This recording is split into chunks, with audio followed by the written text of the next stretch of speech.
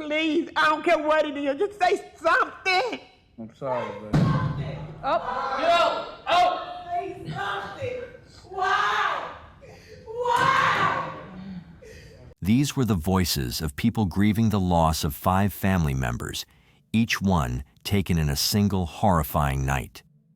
But what makes this tragedy even more shocking is that the man responsible for the massacre was no stranger. He was one of their own. In the year 2020, a disturbing call came through to 911. A man calmly confessed that he had just slaughtered his entire family, sparing only one, a toddler he held in his arms when the police arrived at the scene. From the moment he was apprehended, there was no attempt to hide or deny what he had done. Not once. This is the case that not only shocked the police, but also rattled the courtroom with its graphic details and the killer's unwavering admission of guilt from the very start. It leaves us questioning, why? Why would someone do this to their own family? The man at the center of this tragic story is Christopher Stokes. At the time of the horrifying events, he was 44 years old, having been born on July 21, 1975. Although there isn't much information available about his childhood, it was reported that he faced significant challenges growing up. His early life was marked by instability and a lack of positive role models, laying the groundwork for a troubled future. And even though his family was well aware of his past wrongdoings, nothing could prepare them for the nightmare that unfolded on April 27, 2020. This was a time when the entire world was already grappling with the chaos brought on by the COVID-19 pandemic. And according to some sources, the overwhelming fear and isolation many people felt during this period played a role in what was about to happen. On that fateful morning, 2 chilling calls to emergency services disrupted the quiet. Stokes made his first call at 10:38 in the morning, calmly stating, I just massacred my whole family, adding that the gun is still upstairs with the bodies. Just 6 minutes later, he called again, declaring, I just killed my whole family with my Mossberg. His demeanor during these calls was disturbingly calm, raising alarms about his state of mind. And according to the criminal complaint, when the police arrived, they found Christopher Stokes sitting outside on the steps of his home with a toddler. Naturally, the officers assumed that the man and the child were surviving victims of the massacre. They approached both of them cautiously, believing they were still in a state of shock. When the officers asked Stokes if he had heard any shots, he chillingly replied, Yeah, I didn't hear them. I did them. At that point, the police were totally in shock, not only because Christopher was calm, but also because he had spared the toddler. It was Teresa Thomas. My nephew was Demetrius Thomas. My niece was Tierra, and I'm distraught. I need to know what's going on. I'm confused. I'm trying to figure out how you killed 5 people. When the police entered the house, a camouflage 12-gauge shotgun was found hidden away in one of the bedrooms. Scattered throughout the house were 12 spent shotgun shells, each a grim reminder of the violence that had happened within those walls. Tragically, all 5 victims were found shot multiple times. Now, let's delve into the heartbreaking details of who was in the house that day and who lost their lives. Among the victims was his on-again, off-again girlfriend, Teresa Thomas, who was 41 years old. They shared a son, Demetrius Thomas, who was just 14, along with Teresa's 16-year-old daughter, Tara Agee. 2 others, Lakeitha Stokes, aged 17, and Marcus Stokes, 19, were also killed. They were Christopher's niece and nephew.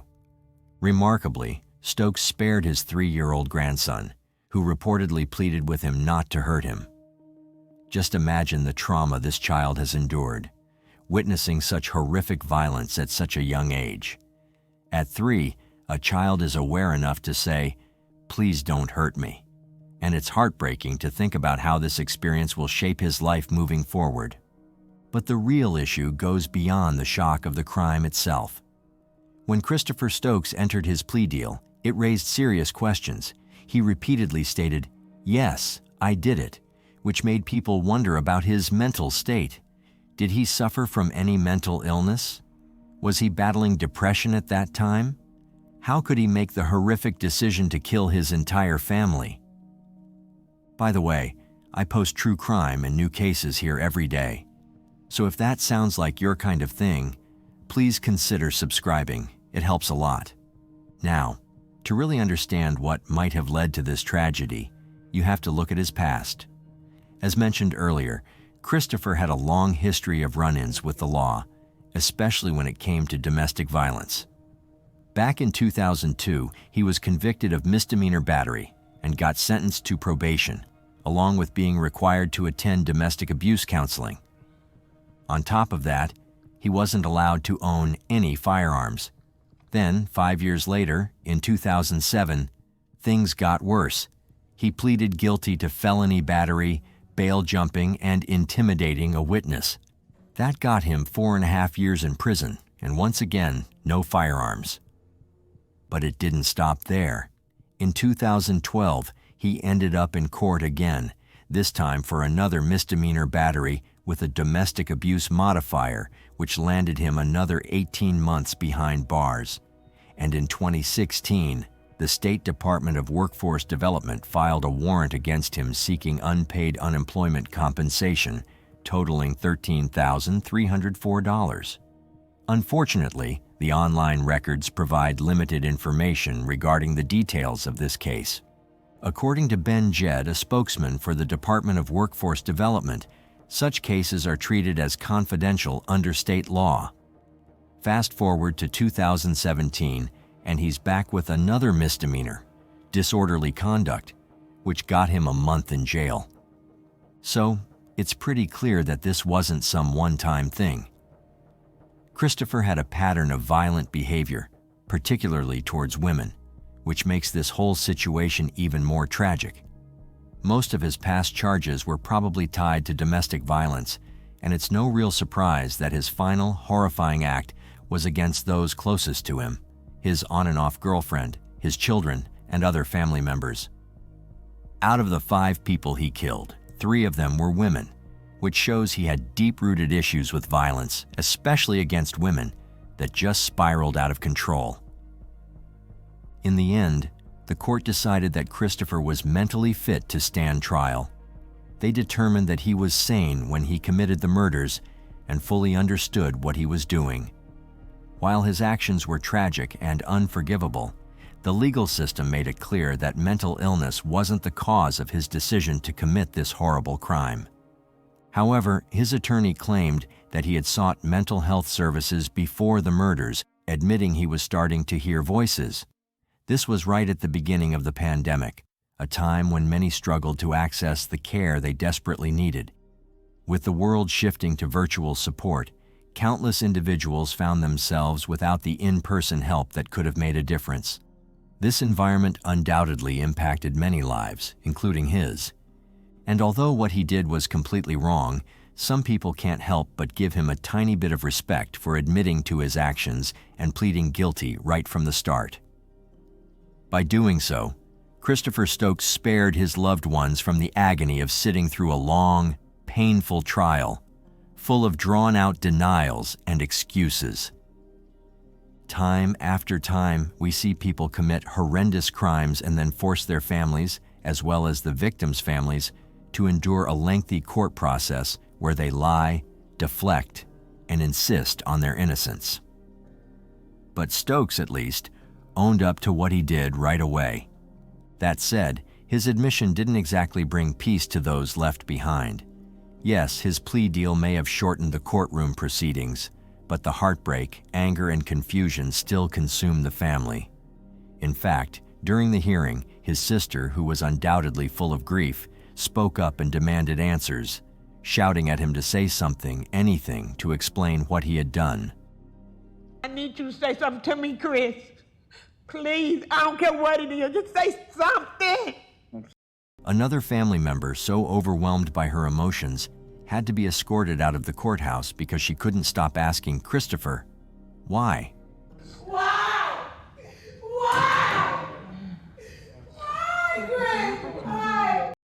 for, but we really do hate him for that. We still love him because he's our uncle, but I mean, can we forgive him for what he did? No, we can't. Do we understand it? No, we don't.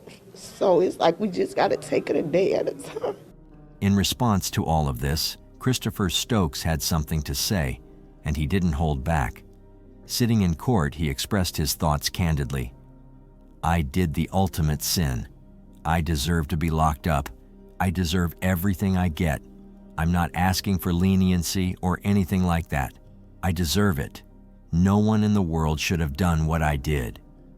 He further added, "I woke up and I just had blood on my mind. I can't say it no other way." You'd think those words might bring some sense of closure or understanding to the horrendous situation, but in reality, they only added to the pain. It's almost infuriating to hear him acknowledge his actions while still grappling with the horrific reality of what he did. He clearly knew right from wrong, yet he chose to commit this unimaginable act. When it came time for sentencing, the judge delivered a staggering verdict: 40 years for each victim. Add in another 5 years for illegally possessing a firearm as a convicted felon, and that brought his total to an astonishing 205 years. The law is pretty unforgiving in cases like this, and rightfully so. However, before handing down such a harsh sentence, they needed to make sure Christopher was mentally fit to stand trial. They wanted to confirm there were no underlying mental health issues that could have influenced his ability to enter a plea deal.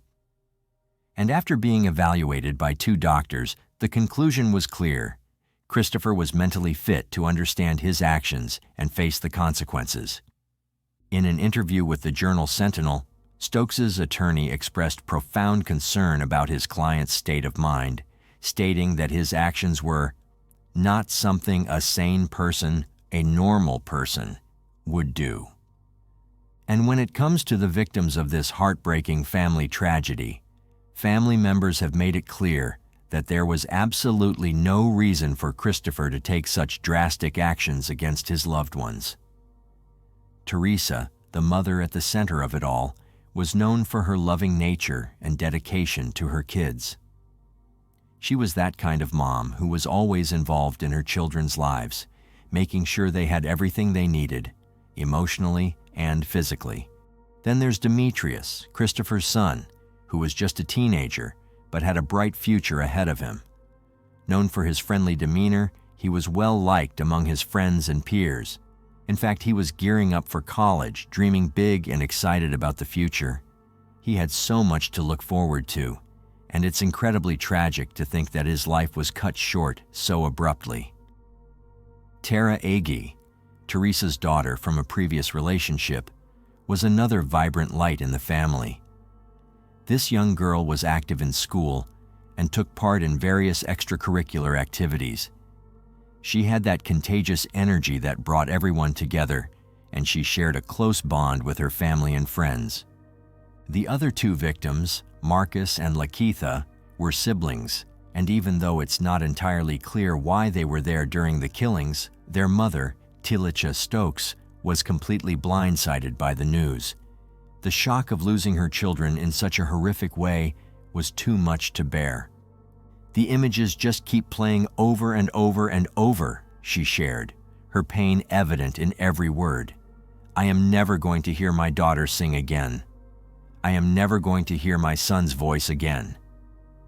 It was reported that the services for the victims were held separately, and each one served as a harsh reminder of the impact this crime had on the families and friends left behind. Even the mayor of the town couldn't stay silent about this shocking case. Mayor Tom Barrett was also on scene. A horrific scene, again, 5 family members. There is a child who's at the hospital right now, and I think that child is fine. But I am sick to my stomach right now with this violence, you know. It's too much stuff going on. It's already coronavirus and stuff going on, so what makes y'all people just need to think before they react. Yeah, I feel like it's my own family. You feel just like my own family. The graphic nature of the crime stirred deep emotions, especially given the alarming context of rising violence in Milwaukee. In 2020, the city faced a staggering spike in homicides, with a total of 189 murders by the end of the year. This figure was nearly double that of 2019 and shattered the previous record set back in 1991 by more than 14%.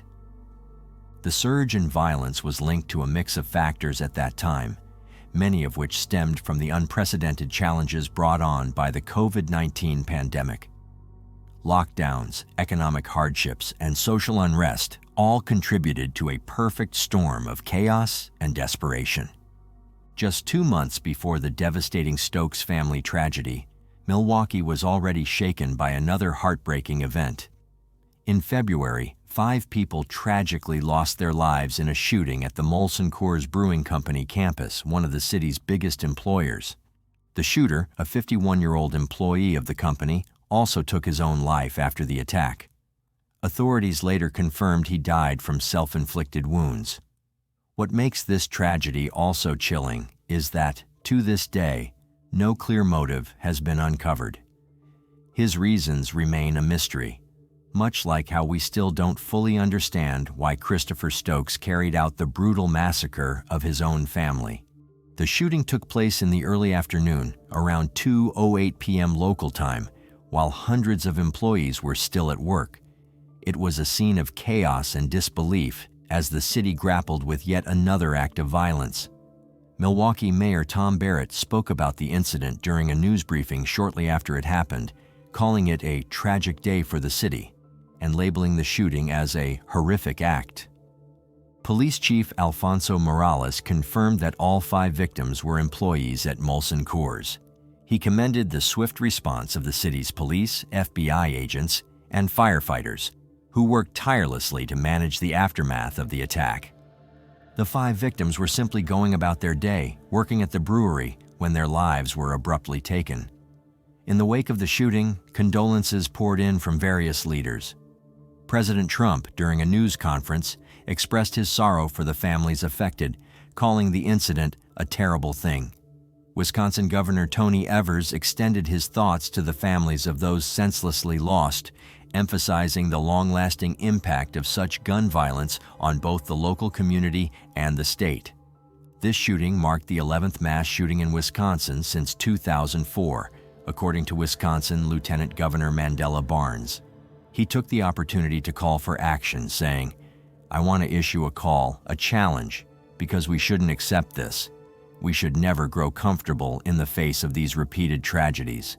We have a duty to act." That is one of my biggest fears, bigger fears, this happening again in our community. But even a bigger fear than that is the fact that it won't faze anybody at some point. People will just look at it and think this is just the way that it is. But it seems like this statement about the need for action didn't quite hit home, as just 2 months later, Milwaukee was shaken by another shocking murder. And that is the very case that we have just deep dived, the Stokes family massacre. And sadly, tragedies like this continued to haunt Milwaukee up to this day. Fast forward to December 24th, 2021, when yet another crime shattered the city.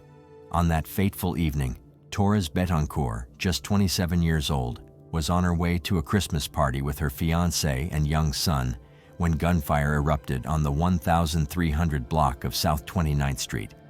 A stray bullet pierced her car door, tragically striking her in the upper body. In a heartbreaking turn of events, she lost her life, while miraculously, no one else in the car was harmed. Initially, investigators had very little to work with, only discovering a spent bullet shell on the ground nearby. However, as they broadened their search, they found that shots had been fired about a quarter-mile away outside a corner store on the 1200 block of South 33rd Street shortly before the shooting that claimed Torres Betancourt's life. Police recovered 5 casings from that scene, and an analysis revealed they were likely fired from the same gun that killed Torres. Surveillance footage from the store showed a man who officers recognized as Raymond King, a suspect they were familiar with due to prior encounters. King, who was just 19 at the time, initially faced serious charges, including first-degree intentional homicide and 2 counts of first-degree recklessly endangering safety, both as a party to a crime. However, in March, he pleaded guilty to second-degree reckless homicide. In a decision that left many in shock, Judge Wagner sentenced him to 8 years in prison, aligning with a recommendation from Assistant District Attorney Paul Tiffin.